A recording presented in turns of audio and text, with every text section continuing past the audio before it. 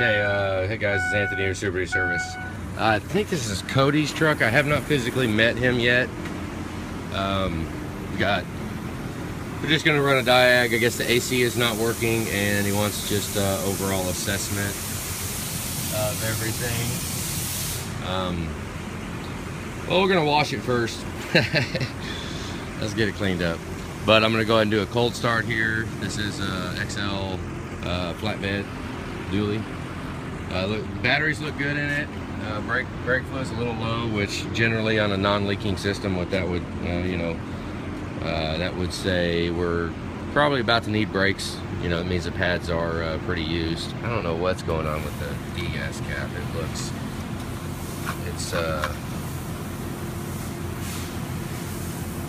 it's like it's been trimmed down and cut up. There's got to be a reason for that. I'll find that out here in a little bit. But we're gonna do a cold start diag on it. I got the computer hooking up to it. So this is a 97,000 mile truck, 5 Edward dog, so 05 model year. So I'm gonna go ahead and get things rolling here, get all my screens set up, and I'll be right back. Oh man, coming to diag and it's out of fuel. Crap. What a drag. Hate that. Oh well, be right back. Okay, so maybe it ain't out of fuel. I got fuel sending unit codes, so we are probably looking at it having fuel, but left rear speed, generally that's going to be either the harness or the sensor itself. Yeah, we're going to go ahead and clear these codes out. I got left rear, and then just cam haul, fuel gauge, battery voltage, and then fuel levels. So I'm going to go ahead and clear these codes out, and then we'll see what comes back. Alright, we still have the left rear, so I imagine the ABS light is probably on all the time, and we got the fuel sending unit. So that's pretty scary for me, because I've never seen this truck before and I have no idea how much fuel is in it. So let's hope that it's got fuel in it. I don't know. I mean, if I get it start and run, I might go down and go ahead and fill it up. But I need to take a fuel filter sample, because this is a let me make sure this is a cabin. Yeah, this is a cabin chassis with an aft axle tank. They could be looking at a delaminated tank. I'd like to make sure before we go filling the freaking tank all the way up, you know what I mean? All right, hang on, let me get some more stuff set up. Okay, just kicked it on. Let's wait for it to get signal. There it goes.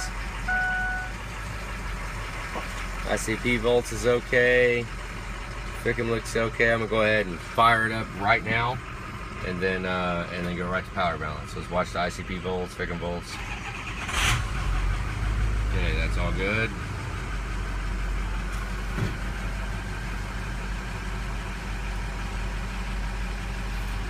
Shut off the computer compensation here. Pretty healthy injectors. Heck yeah, number 4, number 8 showing little signs. I mean, I don't know that they're worth you know, spending money on, because it seems pretty healthy. Does look like 4. If we were going to do any, I don't know what all updates this has had. You know, if we go in for standpipes, dummy plugs, STC, go ahead and re-update the whole truck, get it updated. 7's kind of a little low at times, but other than that, injectors, I mean, I don't think I'd spend money on the injectors. That looks pretty good. We got AC issues, so at least we got the cold start. We know that we don't have to yank injectors out. We got low fuel. I got to figure out what's wrong with the AC, so I'm going to have to see if we got any pressure in the AC, and go ahead and evacuate it, yank the orifice tube, and check the health of the whole system. We'll see how it looks. I mean, you know, maybe there's a leak. If there's just a leak, then maybe we can fix the leak and put it back in service. But if that orifice tube looks like crap, I'll make another video of it later. If the orifice tube looks bad, it's complete system replacement. Compressor, accumulator, orifice tube, and clean the heck out of everything else.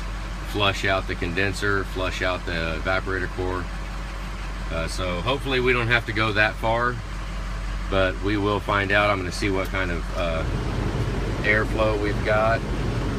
Kind of checking the vents here right now.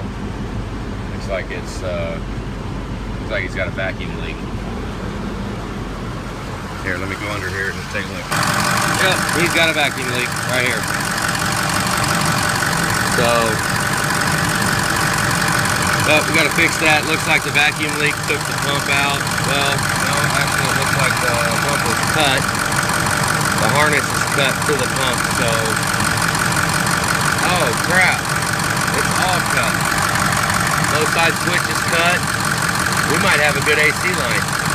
So I'll go in and I'll get all these connected back together.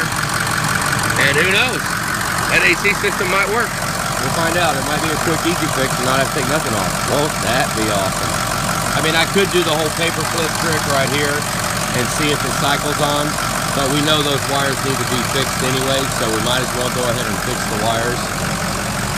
Fix them right off the bat, first thing, and then we'll reassess the situation with it. But there's our, I'm gonna go ahead and end this video at this. We got ABS in the back, vacuum leak. Hopefully that wiring fix over there in the passenger fender weld to the low side switch and the vacuum pump will let this blow out of the vents, blow out of the feet. It is just two-wheel drive truck, so we don't have hubs, we don't have vacuum hubs, pulse vacuum hub, we don't have nothing like that to worry about. So all we've got really is longevity mods, get everything for to keep the truck up and running, and I'll get the AC working. Looks like it had gold coolant in it, so you know, I'll leave that to the customer. If he wants to continue to run it, he can. Or if he wants to change it over to ELC, I mean, he's got 97,000 miles on it. If this has the original gold coolant on it, he caught it just in time. We got to get it out. 100,000 miles on gold coolant's all you want to do. That's all I want to do. I mean, I'd really like to see about 75,000 miles. That'll keep the oil cooler nice and happy. I'm gonna go ahead and when we get ready to pull it in, I just needed to move it now. When we get ready to pull it in, I will do a oil cooler health inspection. It's generally a good sign when coolant heats up faster than oil. It's about 8 degrees higher when you do initial startup. That's generally a good sign. You know that's plugged up when the oil heats up faster than the coolant. I've seen it before. I mean, it by no means is that the test, but that is a generic rule of thumb. You know, if those numbers were switched, if it was 105 on oil and 98 on coolant, it'd be done right then. I guarantee that it would be a bad oil cooler. But they're it's pretty much tracking up, so we'd have to do a better test on it to see. But yep, thought I would. I'll do more diag too before we do it. I just wanted to get oh, 46.5. Did you see that? Let's see how that's on low. Let's put it in gear. Watch that Ficken volts. 46.5.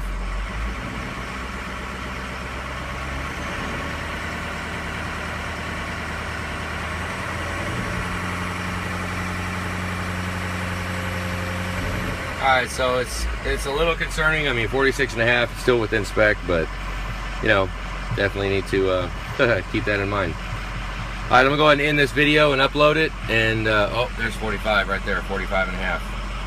You can see in the line graph, see it dropping down right there, right there. It dropped down. So, I mean, if you really want to, I mean, 45.5. Oh, I just lost signal. I just jumped up. Hang on, let me get it hooked back up.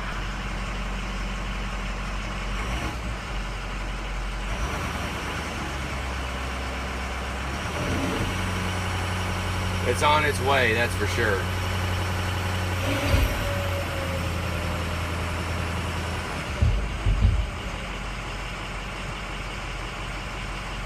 Keep watching.